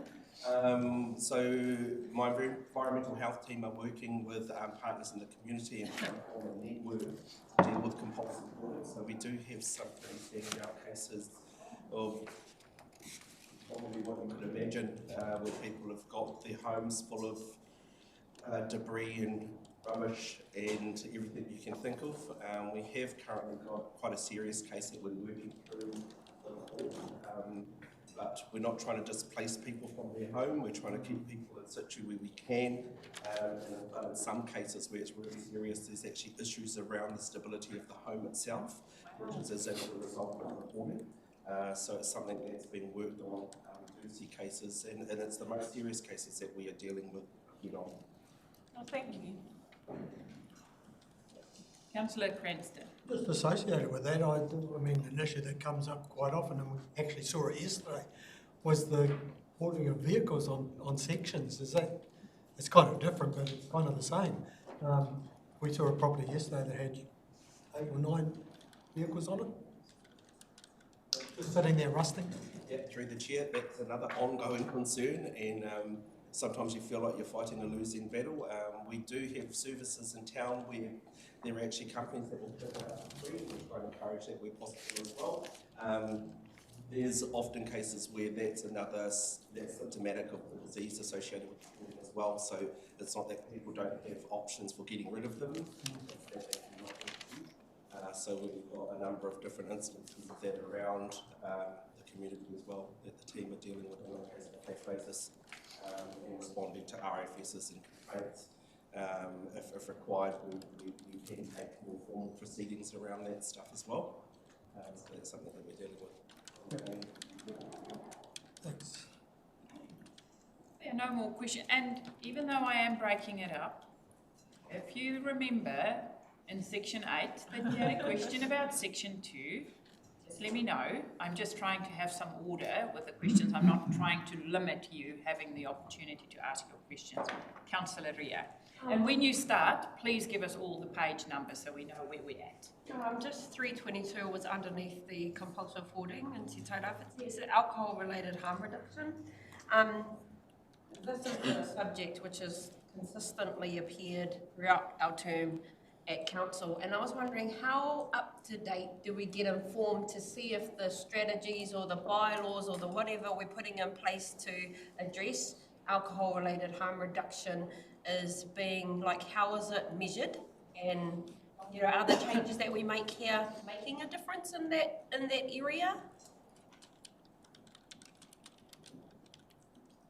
So usually it's when the various policies and bylaws come up for review, which tends to be either on a 5 to 10 year cycle. Obviously our implementation teams are working regularly with police, with the health officers around what we're seeing. As we saw from previous reports, sometimes the evidence and data we get isn't that easy to apply and interpret. So I guess it's a work in progress in terms of how in general we can do better in terms of that social impact monitoring. And we're not there yet. So ideas welcome. Okay. Thank you. That was the only question I had for that area. Okay, are we ready to move to roads? Okay, Councillor Telfer, section 1. Yeah, just when I went through this report, there's a real issue we've got in this town at the moment. It's around cars, big gatherings on Friday nights. Out at the sale yards is one area. You go out there on a Monday, there's tyres burnt out all over the thing, and they're having to clean them up every single week. Sponge Bay is another area. There's been an accident down there, Sponge Bay Road. Yeah, and some of the behaviour that's going on down there, local people there have just had enough of it. They don't seem to be able to get anywhere as far as, have we got any means within council to address this area of enforcement or compliance, or what do we do in that situation because they're screaming out? Is it a matter of putting gates up to lock those blocks of that car park off at night down there or speed bumps in the area? Like, you know, we've put speed bumps down Stout Street, but maybe those sort of areas would really justify them. That's a discussion worth having, but speed bumps down Stout Street took us 10 years to get there because there's a whole process there, because lots of people don't want it in their neighbourhoods, where some people might. But are there any comments? It's a general, you know, what is the measures we can take to address some of these issues, which isn't really a GDC issue, but it's a community issue. Policing issue as well, because they need to find the primrose. So yeah, our mechanisms, your tools in the toolbox really are around speed bumps, barriers, lighting. If you wanted to go further, you could do bylaws restricting gatherings in particular places, but this is primarily a police-led area. Because they come down Matoki Land. I have a supplementary to that. Yes. Is it police that have the money for speed bumps, or is it us? We would have to rate. We'd have to rate for that. Just suppose noting that I've been lobbied consistently, and I know the Gisborne District Council have been too, that just inside of Ruratoria as you go in, just as you come past my place in Rura, that corner.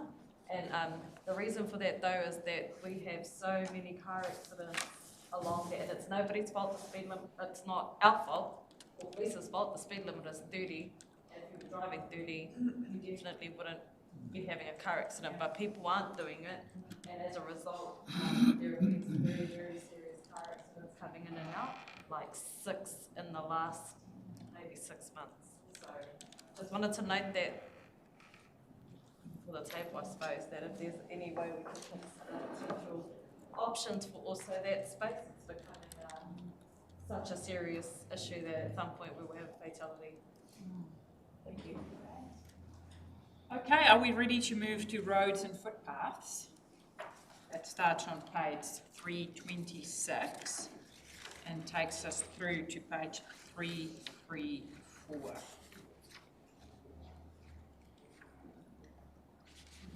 Councillor Forrester. Sounds like a car. Not a V8. Should be four-cylinder.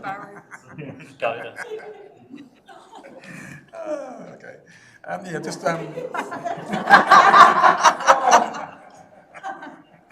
Don't listen to him, Larry. Shame on you, Rob. At the bottom of page 330, the Tairāwhiti River Path, and I know Councillor Cranston's been working on this, but we're kind of no man's land really, no progress, and we are identifying it as a major project under the Livable Communities Hub. No longer receiving funding from National Land Transport Fund for walking and cycling improvements, but a question for Councillor Cranston, is there progress happening with your group that you're working with? Yeah, certainly. Yes, there's major progress on it actually. We've Just give us the name of the group again. Tairāwhiti Trails Trust. Tairāwhiti Trust. Yeah. So we've commissioned a report which we've got from Stantec, and it's largely based on options and costings and all that. So we've just got that report in hand now, and yeah, it's just part of the progress at the moment. I mean, it's steady as she goes. I mean, the dollars are always going to be a challenge for us, but it's not something we're giving up on, and it's something that we are making good progress on. In association with Council, the Council have committed a staff to work with us, and that's going quite well. Space. Councillor Ria and then Councillor Ria. Thank you, Your Worship. I just wanted to make an acknowledgement because whenever we talk about roads, I'm always hammering these 3 roads, and I'm happy to say that they all look wonderful. And there's no potholes on them, and we're not getting flat tyres on the Stevens Bridge at Graysbush anymore. And they are the Stevens Bridge at Graysbush. The Waingake Road entry into the Manatuki Township is now really, really nice, and also Bloomfield Road in the back roads where we had that crash during R&B last year. So all of those areas, and I just wanted to acknowledge that they're all completed because I'm constantly going about these 3 areas, and I just wanted to acknowledge, thank you very much, that those have been seen to. Well done. Thank you for that. Tim, can you please pass that on to the teams as well? Councillor Alder. Thank you. I'd just like to comment on the lots of red lights, but I totally understand that there's lots of red lights in this spend, in that it's been a crisis spend, and under that situation it's really hard to budget correctly. And relying on timing of money coming in and timing of money going out, so I would like to acknowledge that. And 26 mil operating expenditure. That's all I want to say. Thank you. Thank you for that. Anyone still want to talk about footpaths? If not, I'm going to take us to page 333 up to page 397, which is land, rivers and coastal.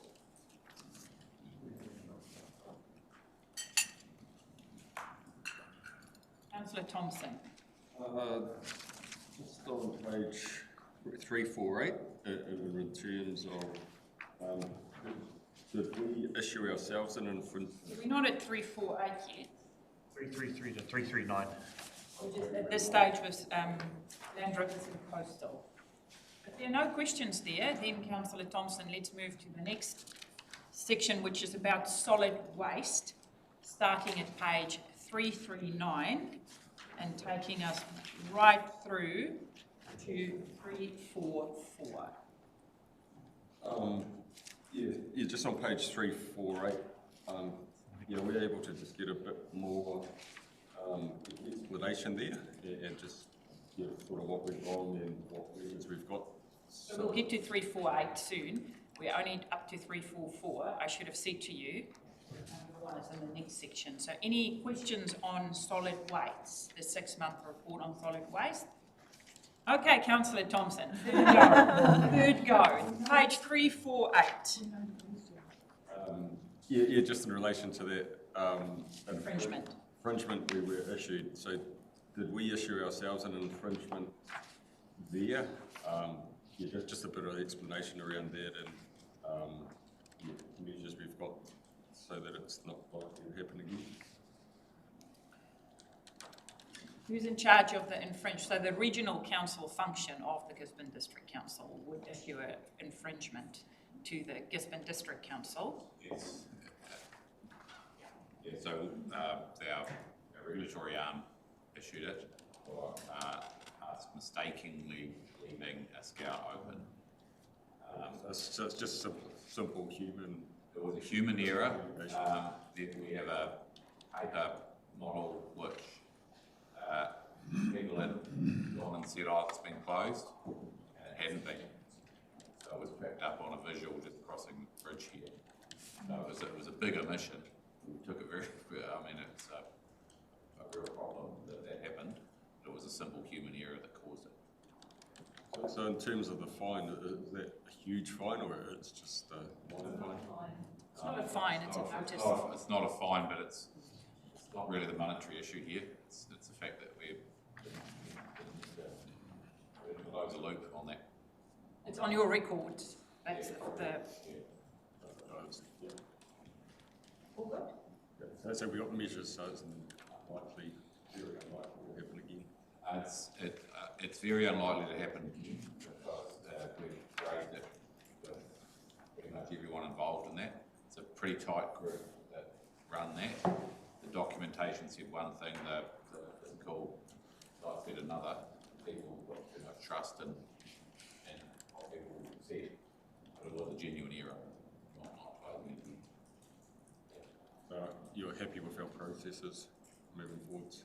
I'm not happy about many things, but I don't have objection. Where they've headed with this, I think we've got a robust process in place, but and it's an area that's not automated, so it does rely on people and systems working and ensuring they do it. So I'm satisfied that we've got the right attention. Councillor Ria and then Councillor Foster, thank you. Thank you, Your Worship. Mine's really just a suggestion for the languaging.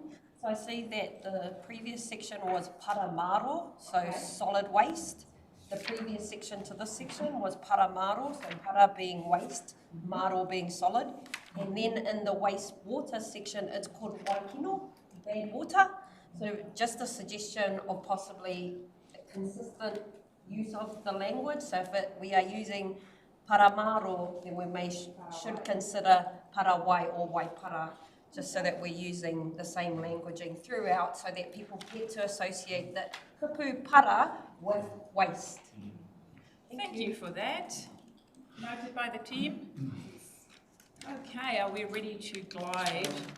Oh, it's Councillor Foster. Yeah, I'm just going to go back to the waste minimisation one. I was trying to find it and now I have found it anyway. On page 343, it's got internal changes in waste management have impacted data collection affecting both landfill and recycling ratio reporting. We are working with them to resolve this issue.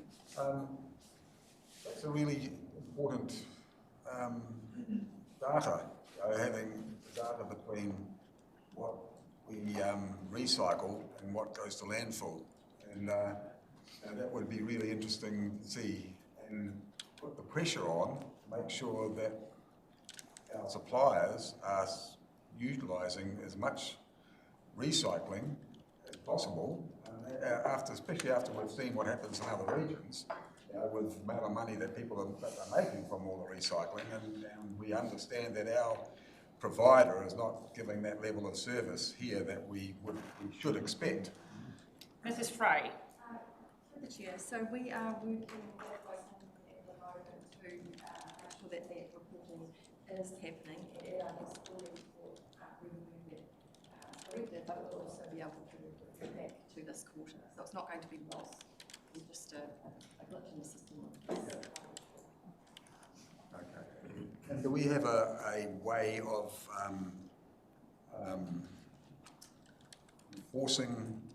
not enforcing, that's probably a bit strong, but encouraging more recycling by our providers, knowing what we know?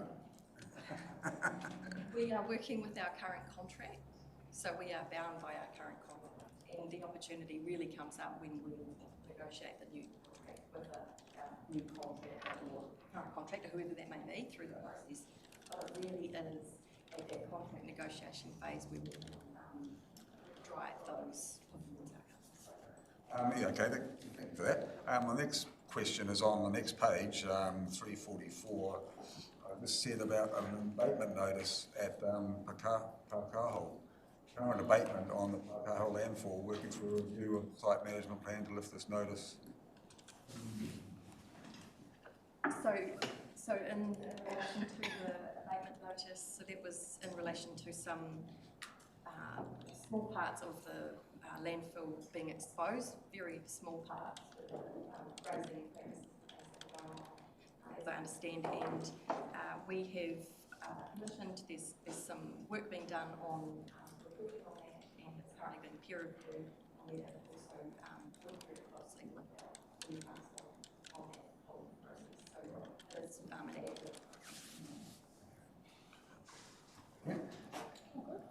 Councillor Telfer. Yeah, just around the solid waste and the when Page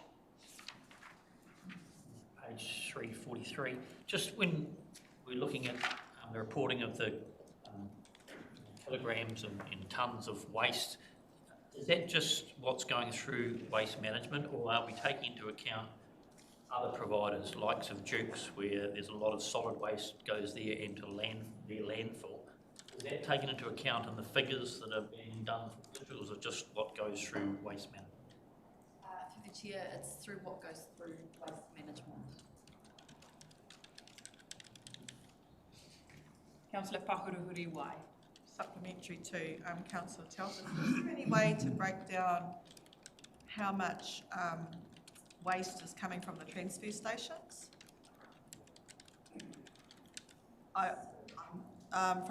So if we're, this is waste, our rubbish. So the transfer stations in our townships, is there any way to know how much waste is coming to town from there? Through the chair, so my understanding is that it is captured, but I can capturing the volumes that are coming through. Is that what you're Yeah. into the main centre? Yeah. Absolutely. So that that impacts budgets and how we understand costs and implications of what we provide and we get into the transfer station here in Gisborne and then off to our landfill. So yeah.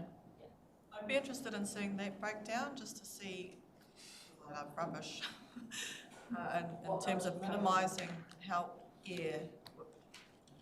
what's coming off the coast to be into our transfer station and then off to somebody else's problem. I think that will be, Your Worship, that will be scheduled to come to council as we're doing our waste mins plan. Okay. So all of that data will be captured on the business cases to be incorporated. Everyone ready to move on to Councillor Alder? I'm just looking at the red lights again, and sorry, the page 340. And really, is there an excuse for red lights here using the same thing? There's no crisis in waste. I mean, why are the budgets not being kept to? Is the question. The budgets are going over in this area So just before quite severely. Michelle answers, I'm sure she will have their details, but I'll just give you what the main ones are with that. We've got revenue. If you look in the revenue, it says it's green because it's over the amount what we expected, which was 2.2 million, but we see the total expenditure is also over 2.2. That is relating to the woody debris. So we are removing the woody debris. That's over and above what we expected to have in our budgets, but we also have got revenue associated. It's in and out. Capital revenue is the timing of the curbside collection. It's the bins for the Better Off funding, which is likely to be into next year. That's the main differences. Sorry, Michelle, if you had something else.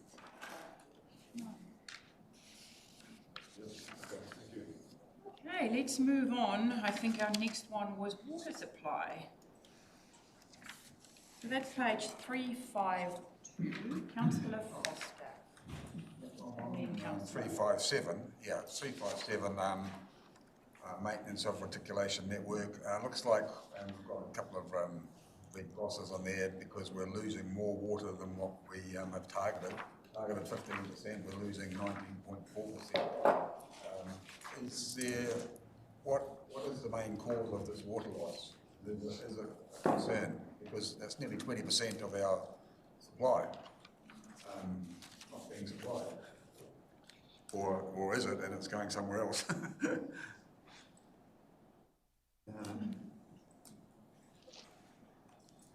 Through the chair, thank you for the question. I think it's helpful to have this figure. Water loss from a number of sources, point sources, and sometimes itemised large leaks. Some of those can lie in your system for years unknown if it's got a route to somewhere else.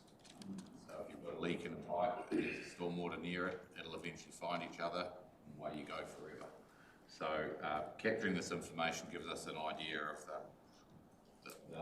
the amount of water leak. If you look at us against other cities in New Zealand, it's tracking quite well comparatively. But saying that, it could be a bit higher, it could be a bit less. Key trick is there's something called economic level leakage of where you might be able to get and actually maintain. Beyond that point, you're just starting to chase your own tail. We've got limited amount of information in the field, something that water metering might help a bit. Not as much as many people believe, but some amount. Certainly, a lot of the leaks also happen in private property outside of the network as well. So, and that's not captured because no one knows how much water they're using individually for your average resident. So, the idea of getting that to a really low international best practice level is impractical in our location. For us, we're keeping a tracking on that number, and we want it to be tracking down. By how much? I think we have to be modest in our ability to get it down without a lot of energy. Yes. Historically, has it been higher? I can't remember from the last report, but is this historic that it's higher than the 15% mark? Or? I can't speak historically, but when we've got a renewals program, you generally get reasonably step change improvements in leakage. And also when you do sweeps around what you call districting meeting areas, so where you look at a particular area and look at the population and make a whole bunch of assumptions, and you actually go to look and find leaks, you can get improvements. But at the same time, your network's always deteriorating as well. You're running a pressurised system, so water's looking for a leak anyway. When it finds an excuse, it'll go for it. So keeping this data and tracking it is one of the most useful tools. So I'm not too concerned about the level. It's actually tracking quite well, way better than other names you can mention that often in the top of the headlines. But it's still a cause of concern. Particularly in our region has moved into a dry spell and we're short of water. Not in that case at the moment. Thank you. Okay. Any other questions in regards to water?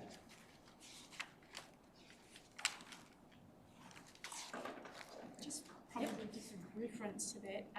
Just looking at the annual report, this is it said we were under 15% from 23, 22, 14, but from 24, following the cyclone Galloway during that water, that's when we've started to be a little bit higher, and that's why we're tracking the following time. But prior to that, we had been under that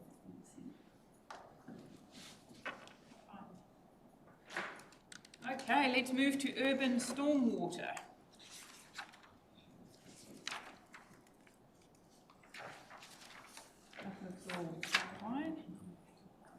So Urban stormwater is page 359. And then if we move, if there are no questions in regards to stormwater, let's go to livable communities, which is page 364.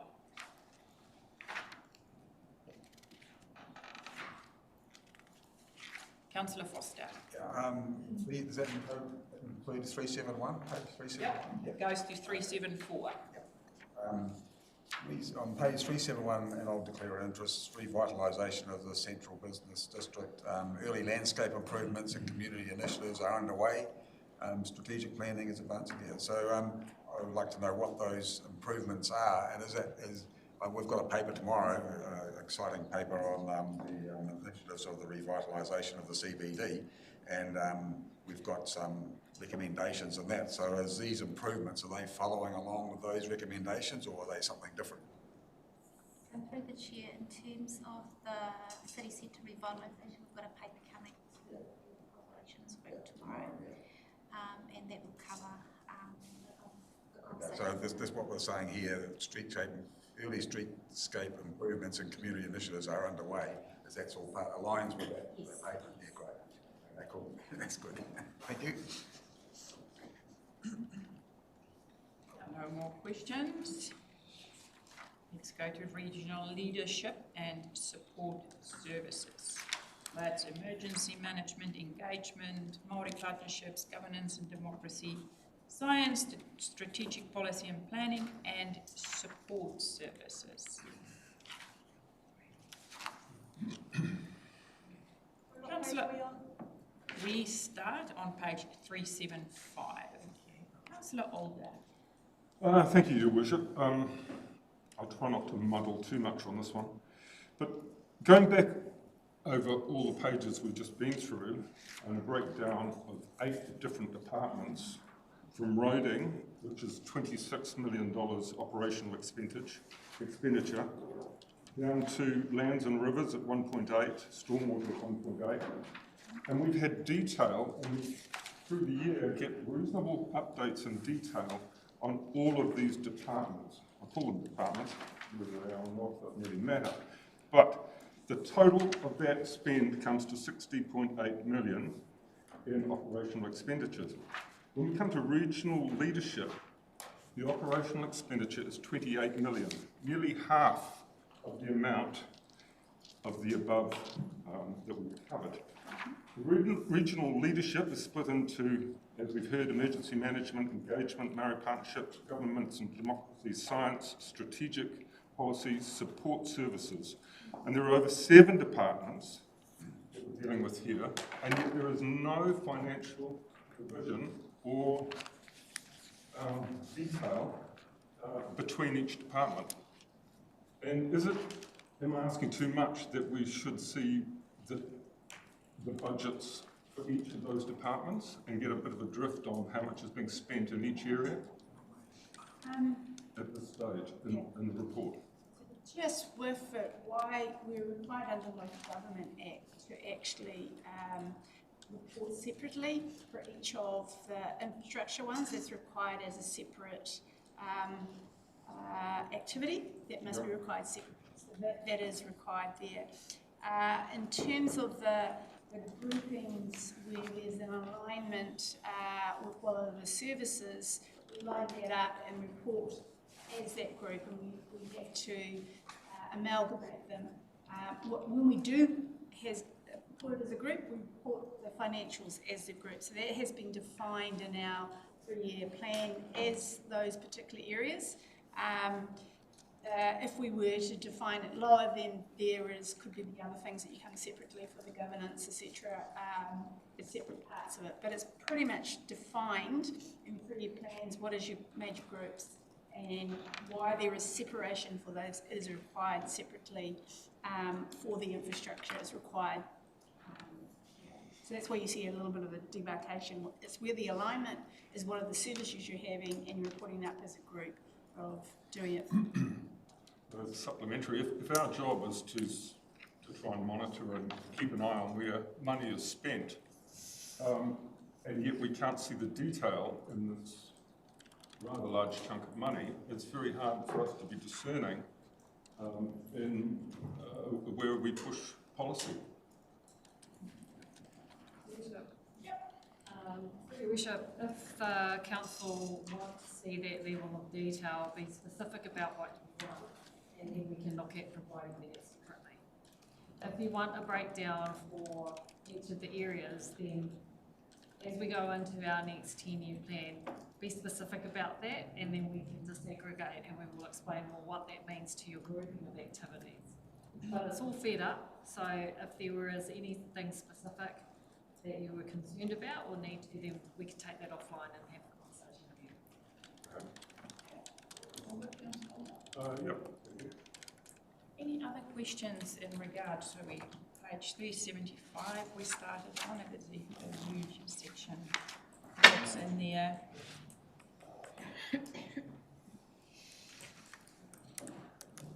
Is that the last category, is it? Second to last. Oh, okay, yeah, well, Yeah, so we've got this one. Just going to ask a few more and then we can give you another opportunity. Did you have a question for this yes. one or for the last one? On page 389, which is part of this, on the induction, conduct a thorough review of the current induction process and review done, improvements underway. I'd like to know what improvements or what the review identified and what the improvements might be for the induction process. I did not listen. Say it again.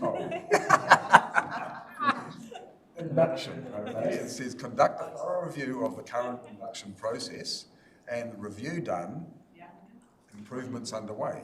I'd just like to know what the improvements underway are. We could probably tag team on this, Anita and I, because it sort of sits between the work that Anita's doing in workplace culture and some of the stuff that we're doing in our people and capability space.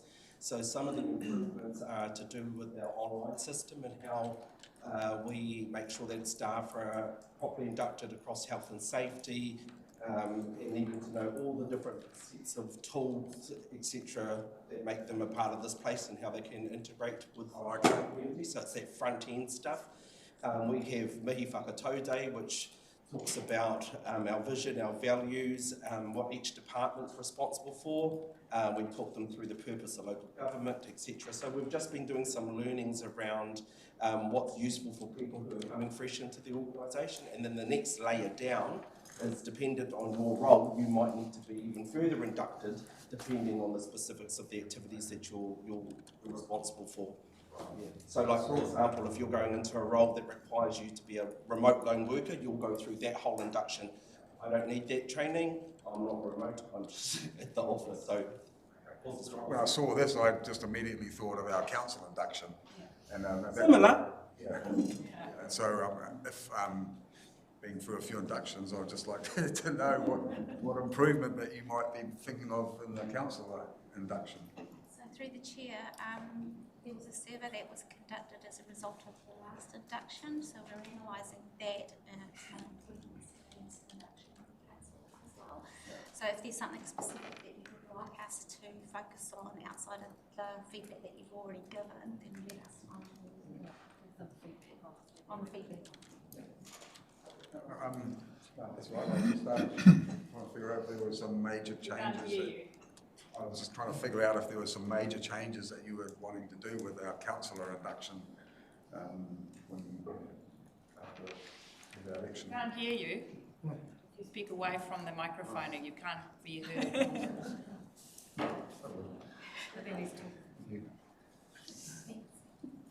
Councillor, did you have your hand up? Thank you. Further to that question, I just want to, I thought that the induction for us was great. I think we raised, or Terry raised it not long after that, the training that we did with Dr. Jane Luton on the history of local government, at that time we thought it would be great for all the staff who work for council to see that, to be part of that and to hear that history of local government. I don't know if you've considered that in your induction program, but that's just sort of come to mind. And also on page 384, 384, in regards to the local elections. Is there going to be online voting? I can tell you a firm no. I will cover that all tomorrow. After our operations meeting, I'll do a proper update, and people don't have to pre-read stuff. I just put it there, and you will have a week to feed back, but no. Only because I know that we must waste so much money sending out mail and then it gets returned. It is a system not fit for purpose anymore, and, and the government knows that. That's why we did the work, and I'll report back tomorrow. Okay, thank you. Yeah. Any other more questions? If not, I'm going to ask Councillor Alder his second question. Thank you. So page 390 and onwards, and it's sort of like measuring the level of service of these departments, as I called them earlier. And so many of them are not doing, or appear not to be doing any measurement, or is that just they only do one a year at the end of the year? So engagement NA, what does NA mean? Not applicable. So do they not do a measure of So it's an annual target? Yeah, So is it seen as not worthy of having mid-season updates on those, or?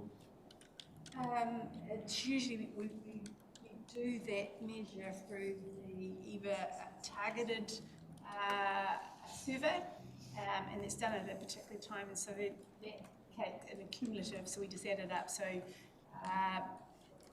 is deemed more accurate when you have more of their service accumulated together rather than at a quarter. So, yeah, it's interesting that, you know, some are doing a measure and others aren't. Anyway, that's my comment. Thank you. Okay. Let's go to our last bit, which is our commercial questions.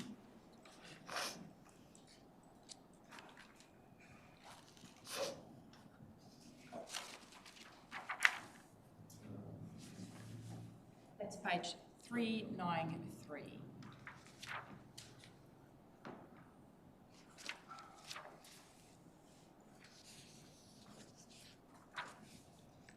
Any questions, councillors?